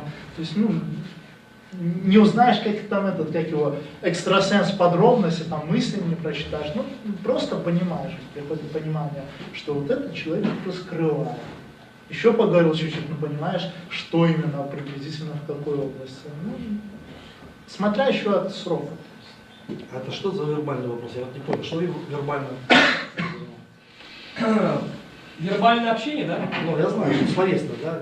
Да. Вопрос там я не понял. Пользуется ли сейчас? Сейчас на тюрьме, то есть наляво ты имеешь в виду, передают, да? Да. Ну, оно как бы, ну, здесь брать целиком или нашу тюрьму, допустим, надо. То есть как бы малявы есть, дороги есть, но их уже ну, пресекают, уже стараются администрация, как раньше было. Сейчас уже, ну, соседние хаты, может, еще передадут. А так, например, как в хату, как ну, сказали, птица видно по полету, оленя за рогам. По рогам. Он только зашел, и ты уже видишь цвет его трусов, он только рот открыл. То есть ты уже, ну, прикинь, когда в хате сидишь годами, там заходит, там, по походке вроде фраер, но не фраер, знаю точно. Понимаешь? И он там тебе не расскажет, там, почему черешни в Кишиневе в Одессе курага. Он начинает тебе, ты, все, давай, короче, иди к своим. То есть ты уже знаешь, понимаешь? Потому что, ну, город, что такое 400 тысяч? Это плевок в пустыне, это немного. Например, если взять большие города, допустим, и здесь, например, каждый, кто заезжает, ты уже знаешь, кто это, что это с большего. Он начинает говорить делюгу, там все, ты смотришь, там, бухтосмащик, ну все, ладно, давай. Начинаешь ему объяснять. Другому не надо объяснять, он все знает, там, или быстро ему надо. Потому что тоже отличается от первохода. Даже тоже говорят, первоход не знает, что второй раз он заехал, он что-то будет знать. Он, может, 15 лет не сидел, заехал, он уже забыл, с какой ноги заходить, что говорить уже. Он уже там прожил, там, может быть, забыл на 1 год. То есть здесь нужно все разделять. Поэтому, а без общения там это и есть сама основа. Потому что если общения нет, там начнутся ментальные проблемы, люди начнутся. Там же иногда температура поднимается в камере до такой атмосферы, особенно вкрытой, да, когда вы сидите, ну, прикинь, сидит вот в банке пауки, все блатные. И ты просто думаешь, кто кого блатнее. То есть все блатные, срока разные, и вот пошла, вот, например, ну, это же характер разный же, гонор, спеси много у каждого. И вот иногда так накалялась атмосфера, я вот уже просто видел, вот на щелчок, и все, и вот пошел рамс, а там же не так рамс, там вкрыто это не в зоне, где там рамс будет очень серьезно, и там просто вот сказал так, не так, даже посмотрел взглядом, а что так посмотрел на меня?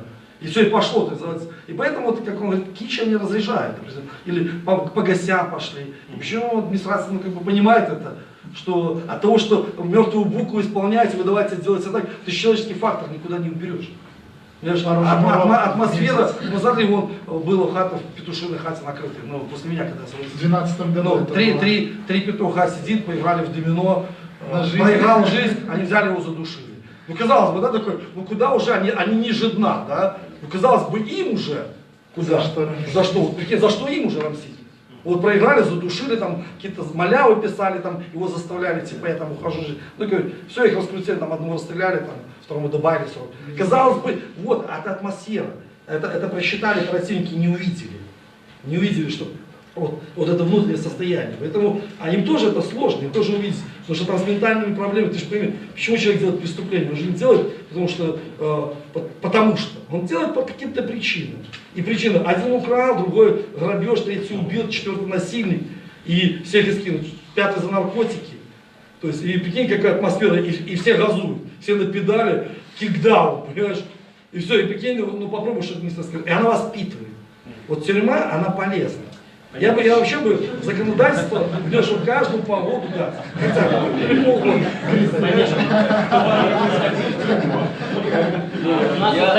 Я зробив би правку, в першу чергу суддям. Судьям по 10 состав. Мы сейчас опять перейдем к вопросам. Здесь у меня к Олесю Викторовичу еще был отличный вопрос. Вот здесь сказали про петухов, что они вот уже как бы ниже дна.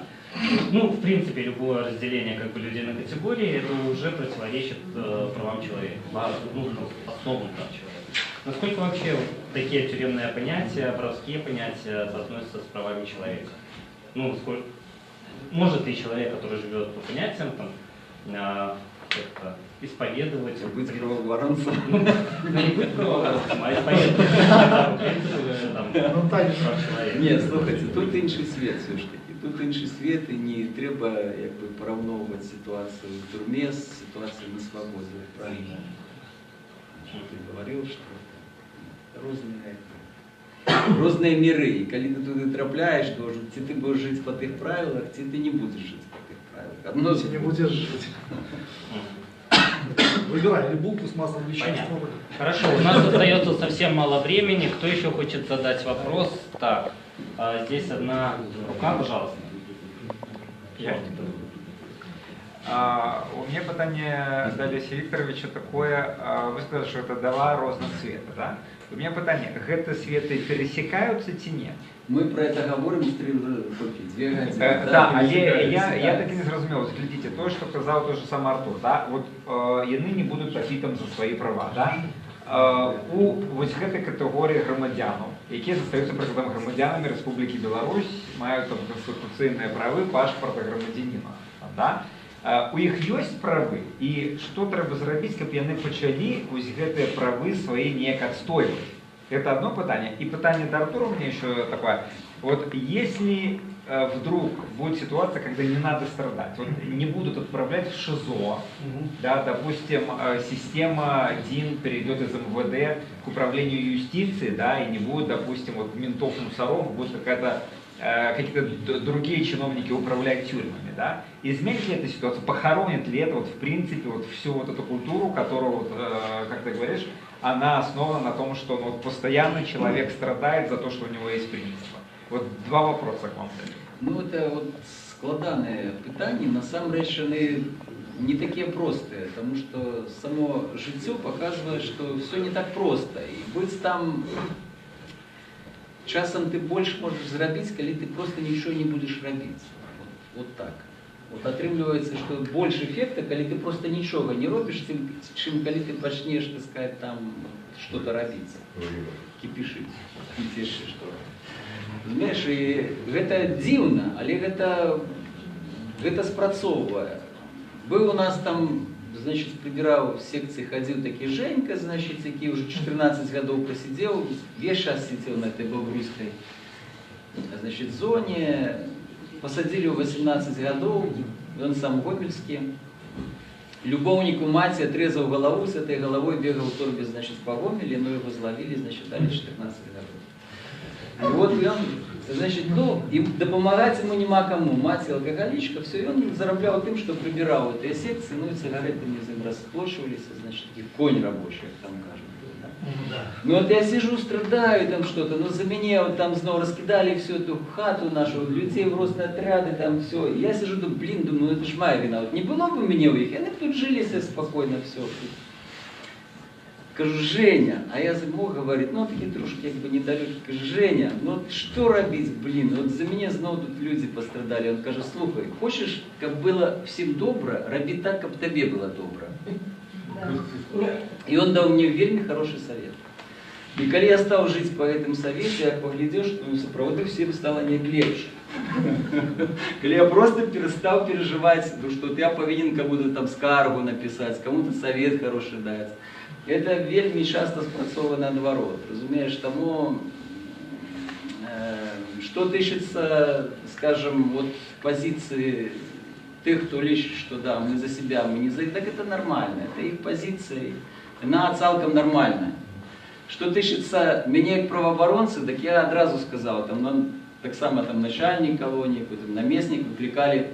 Ну вот что ты считаешь нужно изменить в нашей системе там наказания? Я говорю, да распустить вас всех и в гугле нафиг вас позвонять у всех. Да? Я ему так одразу пришел и сказал, да, ну так, ну да, давай, да, поглядим на тебя.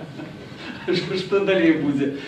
Но на самом деле я так и думаю, что всю эту систему треба вельми моцно реформировать. И особливо тут не треба шукать велосипед, поглядеть, как это зробили наши соседи, в першую чергу там поляки, может быть, их не кепская система.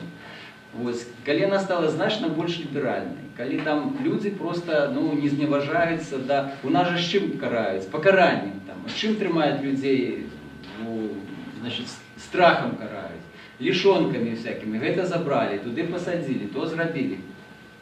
Тримають велизну кількість людей разом, ну 2000 человек, что это такое колонии? Ну, такого не повинно быть. Это мусить быть нормальная реформа, яка бы просто може трошку більше грошей потратити на эту систему, але люди будуть там, по-перше, людьми заставатися, по-друге, но вони і будуть виходити людьми так само, це важливо. Тому що коли чоловік сидить довгий термін, все ж таки з психікою відбуваються зміни. Ну, 5 років це ще туди-сюди. Вот Женя сидел 5 лет, нормально. Ну, уже коли больше, уже что-то начинается, что вот может быть, да, лучше по понятиям, чем там, да, тюрьма, дом родной и все такое. Это уже соправды так становится.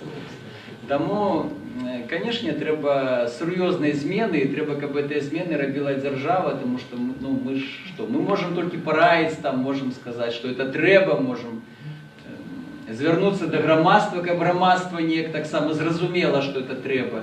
Ось, ну, і... Але винік один, треба реформа, тому що нічого, скажем, мы, як правооборонцы, там, змінити саму систему не зможемо. Очень смотри, по твоему вопросу, да? Вот я беру, 13 апреля будет 25 лет, как меня закрыли еще первый раз, да, в Минске. Вот я пришел в зону Воршу, да, в зоне было 5500 человек. Она занимала второе место в мире. В Мексике было первое место, 6000 там было. Это просто, помню тогда статистику, да?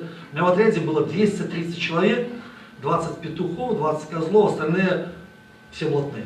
Самый блатной третий отряд, Ворш, это был самый блатной отряд. Это смотрел за отрядом, да? Такое понятие, как УДО, для козлов даже оно не существовало.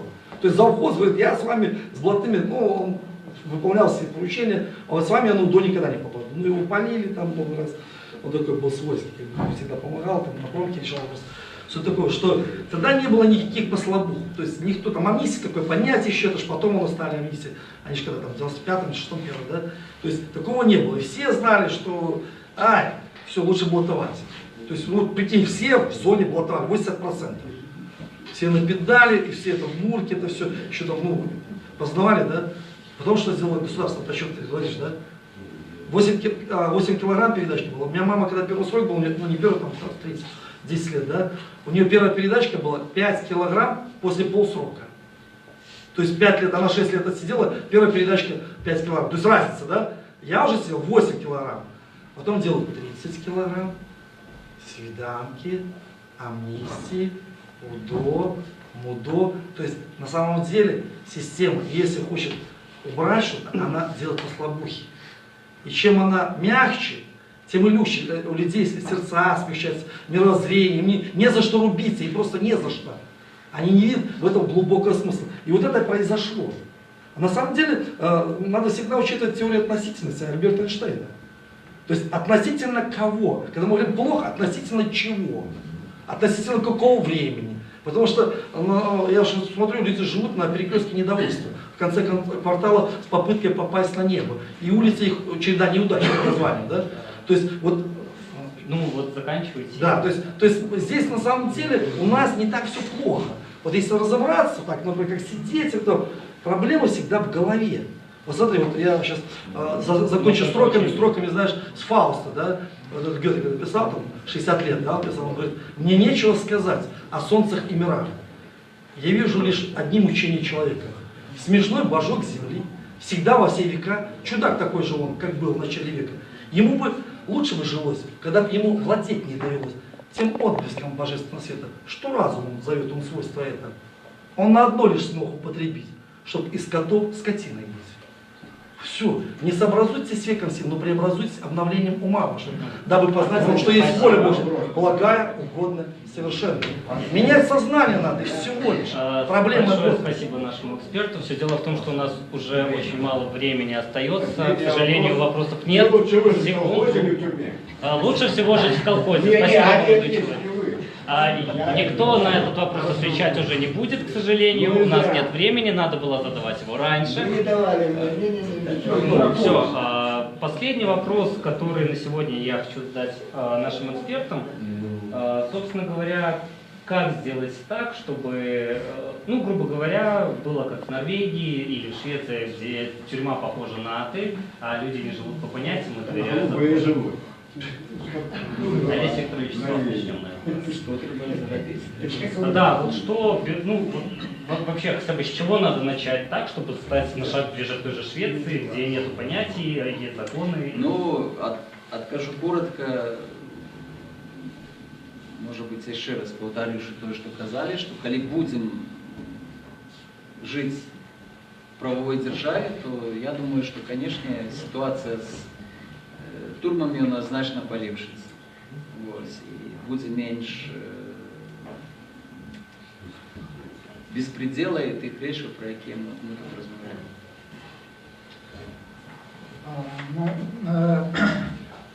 Думаю, начать с себя стоит в первую очередь. Если государство хочет что-то изменить в этом плане, то государству, государственным чиновникам и политикам необходимо с себя начинать, так как в первую очередь они это и блокируют. Каждое утро просыпаюсь, не поверишь, да, вечером, и думаю, как прожить и не работать, все иметь и не сидеть, да. И вот, знаешь, хочется, чтобы так все жили не все, как это я, не работаю, и всегда говорю принципиально, я не буду работать, да. Но это не значит, что я не буду зарабатывать. И знаешь, вот, прихожу к тому, вот один вот нашел выход, сейчас хотел на тюрьму, на понедельник пойду передать 200 Библий. Да? Вот я ходил по церкви, определенно говорю, такая, ну, в Библии же написано, а сейчас написано, посетите темницы, посетите больницы. Да? И вот специально говорю, там, ну, проходит там, разные, не буду говорить конфессии, ну конфессии же много у нас, да. И хожу, говорю, ну а чего вот в Библии, я специально библиотекаря спросил, а сколько Библий у нас? А вот одна Библия и 4 Новых Завета, и она в твоей камере, Библия. Я говорю, как? Ну и мы, вроде бы христианское государство, вроде бы уже, ну все, уже развалился союз, уже коммунистов нету, да, все должно процветать, церковь продается, все, а в тюрьме нету. Я говорю, посредством чего вы хотите изменить человека? Посредством чего? Ну каким оружием? Например, а что мертвую букву дайте уголовный кодекс? Ну да, не все же Остап Бендер говорят, я чту уголовный кодекс, ну, не все же чтут, понимаешь? Ну это было бы хорошо, да, может быть. И поэтому посредством чего всегда изменения? Изменение почему? Говорят, нет власти, не от Бога.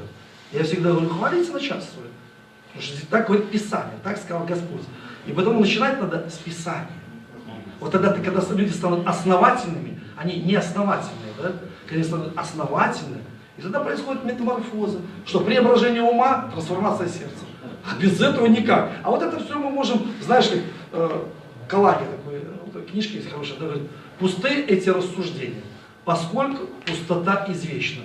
И что же может в пустоте явиться, когда и пыли нет, и нечему пылиться? Пустота. Вера, действующая любовь, только действие. А пока нет преображения ума, что мы можем? Мы можем, предполагая, вполне возможно, быть может, не факт. То есть это все будет вот так. Только преображение. Поэтому я пойду сейчас в понедельник начальника спрошу, дайте 200 Библий, мне там московский друг. А ну, don't worry, be happy. Все передадим. Если каждый будет церковью начнет заниматься, не я, и с уголовниками своими, которых я люблю и уважаю. Понимаешь? Вот, понимаешь? И тогда все будет порядок. Есть какая-то аналогия. Молодой человек в зеленой кепке, пожалуйста, придерживайтесь порядка. Все нормально, пожалуйста, присядьте. Кому задал вопрос? Он никому не задал. На этом, пожалуй, наше ток-шоу закончено. Спасибо. Привезли книжки Олеся Викторовича Беляцкого, если я их... Да, вот. Прямо сейчас любой желающий может подойти, получить экземпляр вместе с автографом.